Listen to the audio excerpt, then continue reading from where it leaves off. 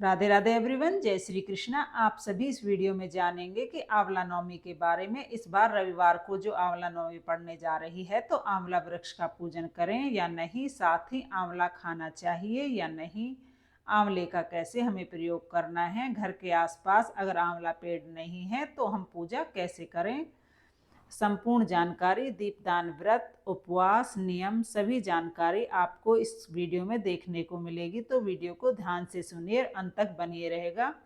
तो जैसे भी कहा जाता है कि आंवला नवमी से लेकर पूर्णिमा तक श्री नारायण और माता लक्ष्मी आंवला वृक्ष में वास करते हैं।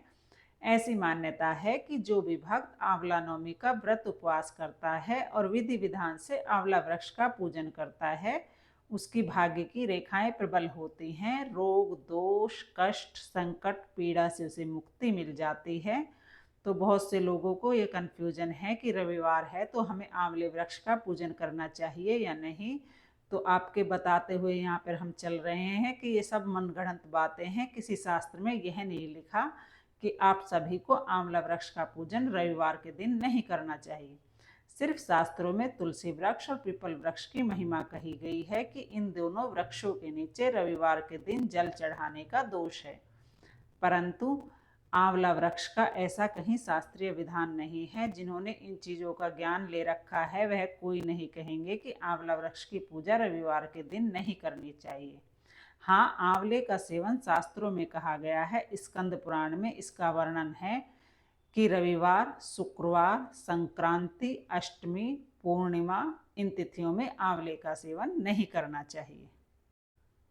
परंतु आंवला वृक्ष के बारे में कहीं नहीं लिखा गया है, तो विधि विधान से इस रविवार के दिन आप आंवला वृक्ष की पूजा करें। कोई चिंता टेंशन की बात नहीं है। इसके बाद मैं आपको बताऊंगी कि इस दिन आपको आंवले का सेवन करना है तो कैसे। आप सभी प्रसाद ग्रहण करें, ध्यान से सुनिए। 2024 में 10 नवंबर दिन रविवार के दिन आंवला नवमी का पावन पर्व मनाया जाएगा। आंवला नवमी तिथि अक्षय नवमी के रूप में भी जानी जाती है। नवंबर सुबह 10:04 से तिथि शुरू होगी और नवमी तिथि समापन होगी 10 नवंबर रात 9:01 पर। तो उदय तिथि के अनुसार इस साल रविवार को 10 नवंबर को अक्षय नवमी पावन पर्व स्वरूप में मनाई जाएगी। तो अक्षय नवमी पूजा का शुभ मुहूर्त रहेगा 10 नवंबर को सुबह 6:04 से दोपहर 12:05 के आसपास। इस समय आप सभी पूजा विधि विधान से करें और लाभ प्राप्त करें। तो इस दिन दिनचर्या कैसी रखनी है। सबसे पहले ब्रह्म मुहूर्त में स्नान करें। आंवले की पत्ती या आंवले का चूर्ण हो तो मिट्टी हो या शरीर पर लेपन करें, रोग कष्ट दूर हो जाते हैं, ऐसा शास्त्र विधान है। इसके बाद आप कार्तिक स्नान करते हैं तो वह व्यक्ति सुबह ही उठ जाएंगे ब्रह्म मुहूर्त में। आपको अन्य दिनों कार्तिक स्नान नहीं कर सकते हैं, परंतु इस दिन ठंडे पानी से आंवला मिश्रित जल से स्नान करें और ओम नमो भगवते वासुदेवाय महामंत्र का जाप करें। सूर्य भगवान को जल चढ़ाएं और तुलसी माँ का आप सभी दीपदान करें। इस बात का ध्यान रखें कि तुलसी में रविवार के दिन जल नहीं चढ़ाया जाता है। अब आप सभी यह कोशिश करें कि माँ लक्ष्मी का साक्षात स्वरूप अगर आपके घर के आसपास आंवला नवमी के दिन है तो आप वहाँ जरूर जाएं। घर पर एक छोटे से गमले या बड़े स्वरूप में जगह है तो उस दिन किसी नर्सरी से आंवले का पौधा लाकर घर के वास्तु दोष मिटते हैं और धन लक्ष्मी का आगमन स्वतः ही हो जाता है। तो कार्तिक माह की नवमी तिथि में आंवला नवमी के दिन आप आंवले का वृक्ष घर लाकर रोपित करें, फिर देखें स्वतः ही धन आगमन के राह खुल जाएंगी। किसी ऑफिस इत्यादि में भी आप सभी को यह कार्य करना चाहिए। इस दिन आंवला का रोपण करना, घर पर लाना साक्षात माँ लक्ष्मी को लाने के स्वरूप में कहा जाता है। उसके बाद आप सभी इस दिन ब्रह्म मुहूर्त में उठें और थोड़ा सा कच्चा दूध जिसमें एक चुटकी हल्दी आपको डालनी है, हो सके तो कमलगट्टा भी डालें। आप सभी को माता लक्ष्मी का स्मरण कर श्री नारायण का ध्यान कर पूर्व या उत्तर दिशा की ओर मुख कर कर आंवला वृक्ष की जड़ में हल्दी, कच्चा दूध मिला हुआ जल, कमलगट्टा जल मिश्रित अर्पित कर देना चाहिए। ऐसा करने से वंश में वृद्धि होती है और पति पत्नी की आयु बढ़ती है और रोग मुक्ति होती है। मनचाहा विवाह होता है, कर्ज इत्यादि धन इत्यादि की परेशानी दूर होती है। यह कार्य करने के बाद आंवला वृक्ष की जड़ में हल्दी कुमकुम का आप स्वास्तिक बना सकते हैं या तिलक कर लगा सकते हैं। 7 परिक्रमा प्रभु के नाम के मंत्र का जाप करते हुए आप परिक्रमा करें। उसके बाद आप सभी आंवले की वृक्ष की जड़ को या जो मिट्टी है उसको मस्तक पर धारण करें, शुभ माना जाता है। आप यहाँ पर 2 दीपक भी लगा सकते हैं, 1 दीपक भी लगा सकते हैं श्री नारायण के रूप में, और माता लक्ष्मी के नाम का एक लंबी बाती का दीपक लगाने से परिवार में शारीरिक मानसिक पीड़ा से मुक्ति मिलती है।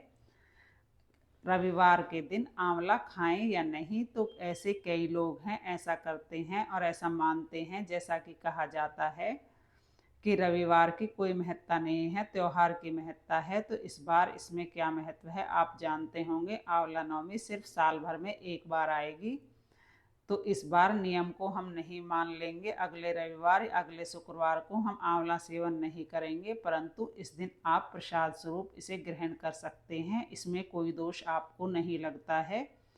इस बात को आप लिखित रूप में ले लीजिए, प्रसाद कभी भी किसी भी स्वरूप में हानि नहीं पहुंचाता है। आप सभी इस दिन आवश्यक रूप से आंवले का सेवन कर सकते हैं, कोई दिक्कत नहीं है। शास्त्रों में आंवला नवमी के लिए मना नहीं है, सिर्फ रविवार और शुक्रवार के लिए मना है। आप प्रसाद स्वरूप इसे ग्रहण कर सकते हैं। अगर आपको लगता है कि मैं नहीं खाना चाहती हूँ, तो मैंने आज तक सेवन नहीं किया है, तो इस प्रसाद को संभाल कर रख लीजिए। नौमी तिथि बीत जाने के बाद 10वीं तिथि के दिन सोमवार के दिन आप इसे ग्रहण कर सकते हैं, तो फिर इसमें दोष लगने के अवसर ही नहीं है। अब आप सभी को आंवला वृक्ष की जड़ में आवश्यक रूप से आंवले का भोग लगाना है, आंवले का दीपदान करना है। आंवला दीपदान कैसे किया जाता है इसकी विधि पर मैंने पहले ही वीडियो बना दी है, आप सभी उसे देख लीजिएगा। आप सभी आंवला का भोग लगाकर उसे ब्राह्मण जन को वितरित कर सकते हैं, स्वयं परिवार के सदस्यों को वितरित कर सकते हैं। शुभ और श्रेष्ठ माना जाता है। साथ ही इस दिन मान्यता है, शास्त्रों में लिखित बात है कि माँ लक्ष्मी, श्री नारायण, समस्त जो देवी देवताओं को आमंत्रित कर कर आंवला वृक्ष की जड़ में भोजन का सेवन करते हैं।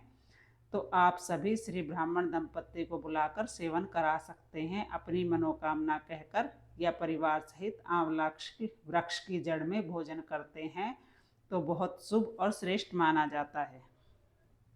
आंवला वृक्ष की पूजा विधान करने से भाग्य की रेखाएं प्रबल होती हैं। इस दिन पूजा करने के साथ साथ दीपदान जरूर करना चाहिए। परिक्रमा करें, और आप इस दिन सुहाग की सामग्री भी दान कर सकते हैं, आंवला भी दान कर सकते हैं, बहुत श्रेष्ठ और शुभ माना जाता है। इस तरह से यह पूजा विधि आपको करनी है। ध्यान रहे, शाम को 5 बजे के बाद किसी वृक्ष में जल नहीं चढ़ाया जाता। सुबह शाम दोनों समय आप दीपदान करें, और जो जल है वह सुबह ही चढ़ाएं। इस बात का ध्यान रखते हुए कार्य कीजिएगा। आंवला वृक्ष की पूजा करने से दुर्भाग्य दूर होता है और सौभाग्य में वृद्धि होती है।